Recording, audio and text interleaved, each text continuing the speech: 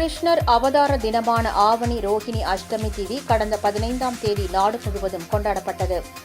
அதன் ஒரு பகுதியாக பாளையங்கோட்டையில் அமைந்துள்ள அருள்மிகு ராமசுவாமி கோவிலில் உரியடி உற்சவம் மற்றும் வழுக்கு மரம் ஏறும் நிகழ்ச்சிகள் நேற்று இரவு நடைபெற்றது. மாலையில் வேணுகோபாலன் கண்ணன் சிலைகள் அலங்கரிக்கப்பட்டு பால், தயிர், வெண்ணெய், அப்பம், சீடை, முறுக்கு, அதிரசம் போன்ற பட்சண வகைகள் மண் பாண்டங்களில் வைக்கப்பட்டு பூஜைகள் செய்யப்பட்டது. மேலும் குழந்தைகளுக்கு கிருஷ்ணர் ராதை வேடம் அணிந்து கோலாட்டத்துடன் பாடல்கள் பாடியும் ஆடியும் மகிழ்ந்தனர். அதனைத் தொடர்ந்து கோவிலை சுற்றியுள்ள ரத வீதிகளில் ஊர்வலமாக சென்றனர்.